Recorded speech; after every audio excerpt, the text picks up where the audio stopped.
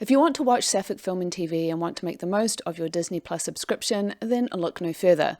Here I have combined my 2-part video series with 28 options for you. Given it's Disney, the company that's touted it is giving us the first gay character something like, according to Out.com, 17 times, I'm kind of impressed. All these options are available in Canada, but unfortunately I couldn't find a comprehensive list of where they're available beyond the US, UK, Australia, Canada and New Zealand. I don't know why they're so cagey about making all of this searchable, so fingers crossed they're also available for wherever you are in the world. Before I get started, I would like to recommend my must-have tool for navigating the internet, Nord VPN. It helps protect your identity and location online. If you need one, I have a link in the description. Let's start with Agatha All Along, which should be available worldwide since it's a Disney Plus exclusive show.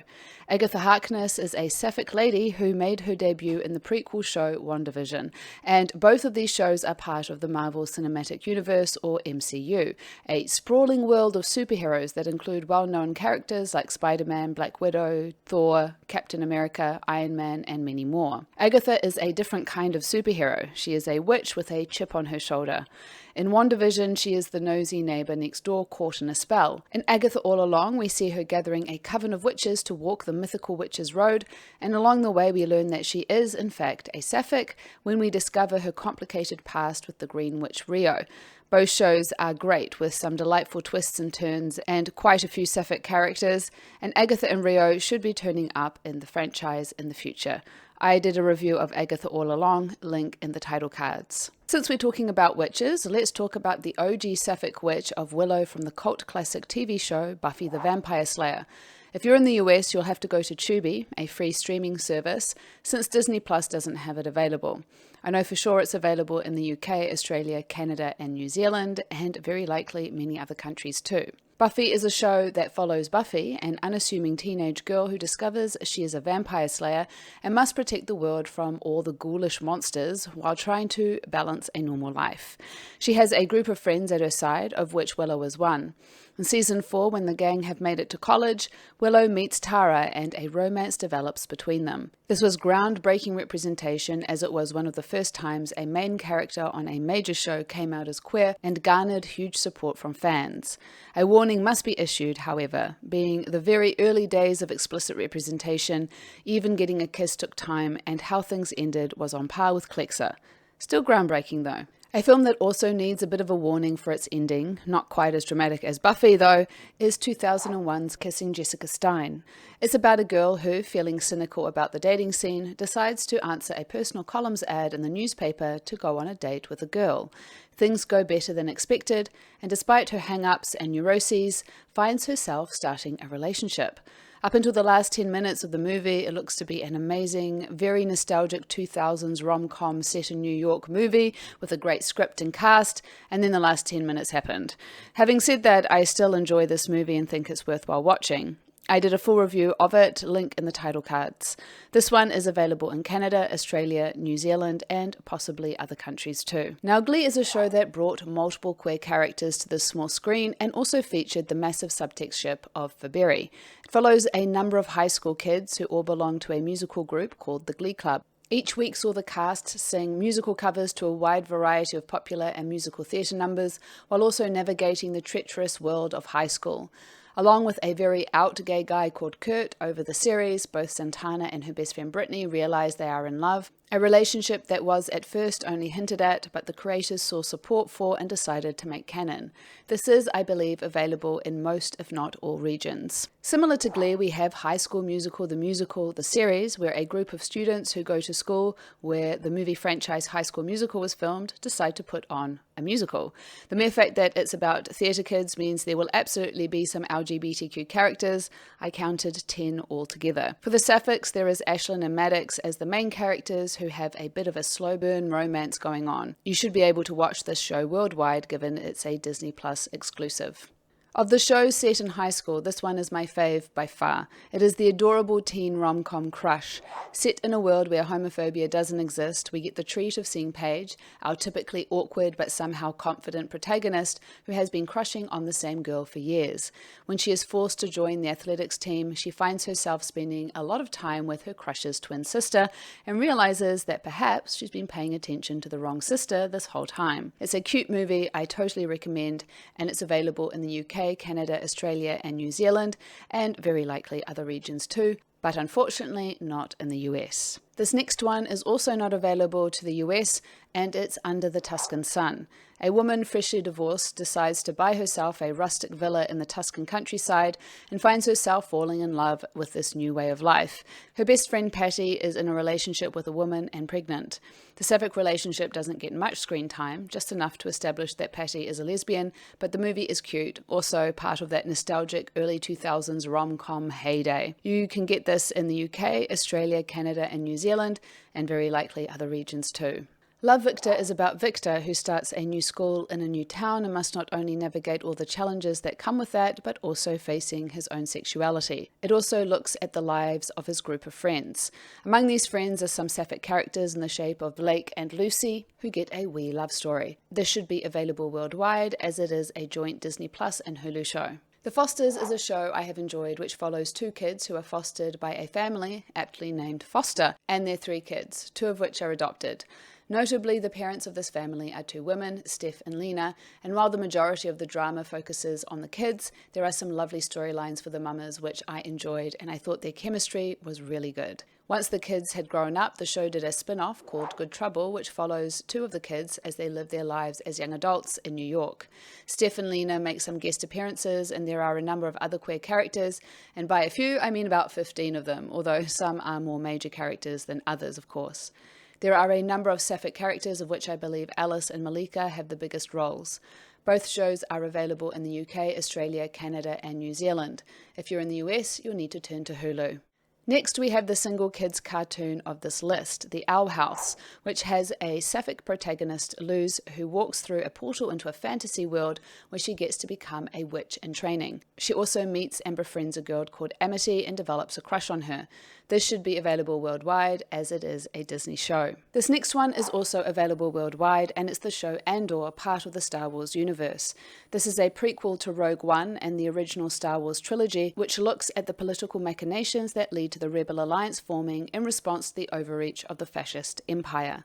While it follows a number of key players in various positions throughout the empire, it particularly centers Andor, a man who finds himself drawn into the resistance. It's been a long time coming getting a sapphic character for the franchise, which comes in the form of Val, cousin and fellow rebel to one of the more central characters of Mon, and she is shown to be in a relationship with fellow rebel Cinta. But before you go getting excited about the fact that Star Wars finally plunged into the sapphic seas, I must issue a warning, because not only were they kept apart for most of their screen time, they also killed one of them off. So I don't recommend watching it for the gay. However, if you enjoy Star Wars, like a good political sci-fi and want to dive into the history that leads to the classic trilogy, then go ahead. The last on this list is Only Murders in the Building, which follows three unlikely friends who find themselves solving a murder inside their quaint New York building and then making a podcast about it.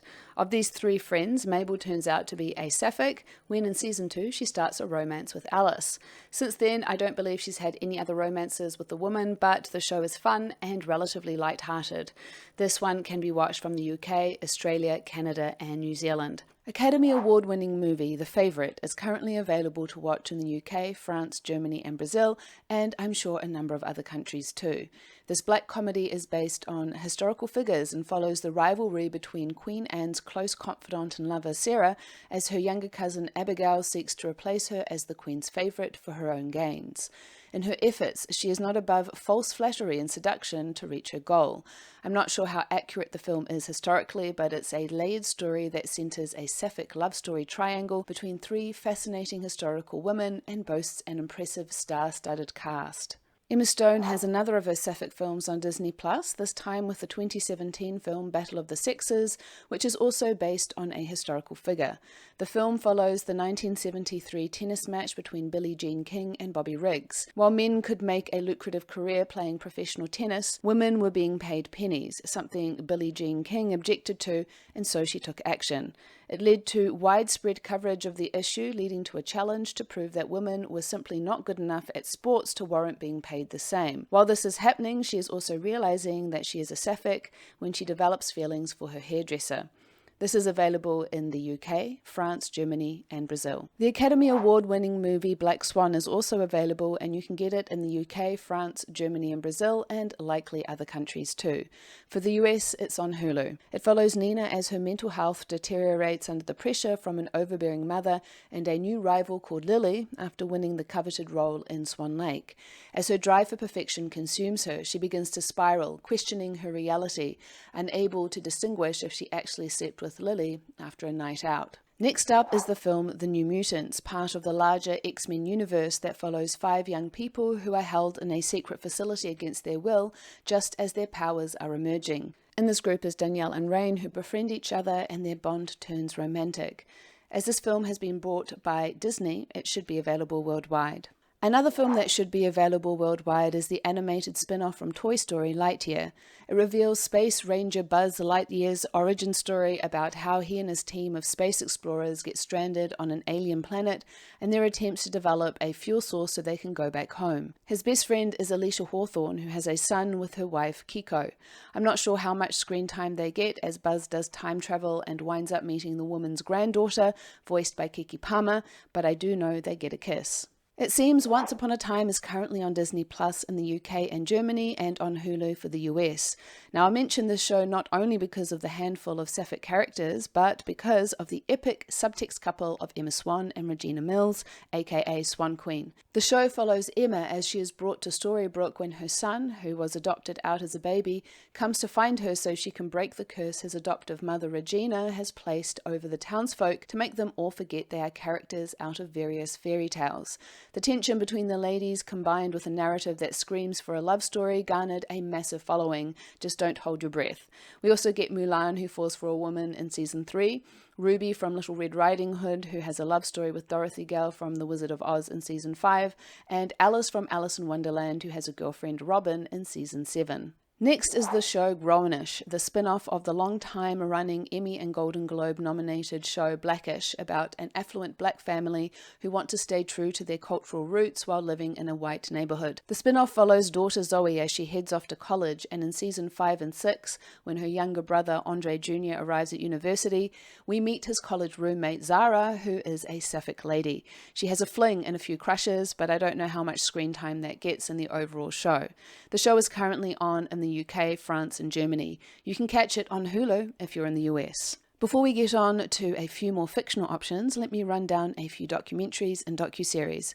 First up is Turning the Tables with Robin Roberts, who in Season 1 interviews a variety of notable people, including a number of queer celebrities like Tig Notaro, Raven Simone, Melissa Etheridge, Josie Tahoe, and Billie Jean King, whose movie I mentioned at the start of the video. There is also the docuseries Pride from 2021 that takes a look at the LGBTQ civil rights movement in the US. This is available in the UK, France, Germany, Brazil. US will once again need to go to Hulu. Now, if you're into football, you'll be into the next one. Matildas, The World at Our Feet is a docuseries that looks at the Australian women's national soccer team as they get ready for the 2023 FIFA Women's World Cup. As you can imagine, there are a number of sapphic ladies on the team, somewhere in the region of 12 according to Pink News, including the captain. This should be available globally. Lastly, there is Mormon No More, a documentary about 2 devout Mormon women who fall in love and how they upend their lives to be together. This is available in the UK, France, Germany, Brazil, and likely other countries too.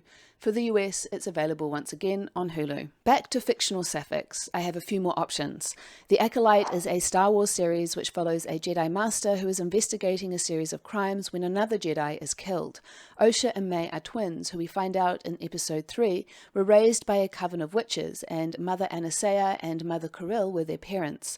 The sapphic ladies appear in 2 to 3 episodes, and like Like the other Star Wars series with a sapphic couple in it, a warning must be given. It also got cancelled after one season despite a warm critical reception. It seems that the series got review bombed because it had too much woke stuff going on, or so I read. This can be watched worldwide. A show that definitely has more than one season, it has 22 in fact, is Grey's Anatomy, and it's available in the UK, France, Germany and Brazil on Disney+. The US can get it on Hulu or Netflix. Grey's has had many sapphic characters over the years. The most notable, of course, is Kelly in Arizona when Arizona was introduced in Season 5, although Kelly had her bi-awakening earlier with a character called Erica. There's also Eliza, who had a relationship with Arizona at one point, Kay, who is non-binary and had a thing with Amelia. There is also Karina, who crossed over onto Station 19 to meet her future wife Maya, but started out on Grey's. Most recently was Jules and Micah, and I'm sure there are many more. A far less known show that lasted for one season is The Bisexual, about a woman who, after breaking up with her longtime girlfriend, decides to try a relationship with a man for a change. It's from Desiree Akhavan, who made Appropriate Behavior, a film I've enjoyed and will be reviewing shortly. This series appears to have the same kind of dry humour. This is available in the UK. The US can also get it on Hulu. Before I get to the sapphic show that was removed but apparently is back, I had to mention that the sapphically coded indie film Bend It Like Beckham is also available in the US and the UK. For Germany, you'll want to go to Prime. This follows the story of Jess, who dreams of playing professional football while her traditional parents are more concerned about her getting a degree and getting married. When she secretly joins a local women's football team after being spotted by one of the member Jules, they become instant gal pals and they both fall for the coach. You don't have to squint hard to see the subtext between the two, and it's been an enduring sapphic fave for this reason. So, Willow, a series based off the cult classic movie from the 80s, got cancelled after only one season, despite the show garnering a following. Not only was this following not enough to get it to a season 2, but apparently it wasn't even enough to have it stay on the platform. It made quite a stir when the show was wholesale removed from streaming, but perhaps it is back, at least according to Just Watch, which says it's available in France. If any of you can confirm that for me, I'd be grateful. The show follows a band of 6 heroes who set out on a dangerous quest to face a threat that could destroy their world. Princess Kit and her friend and knight-in-training Jade are among the heroes, and as they embark on their quest, their simmering attraction rises to the surface. Please mention any other sapphic film and TV that you know is available on Disney Plus in the comments, or give me a thumbs up to help boost this video. Until next time, lady lovers.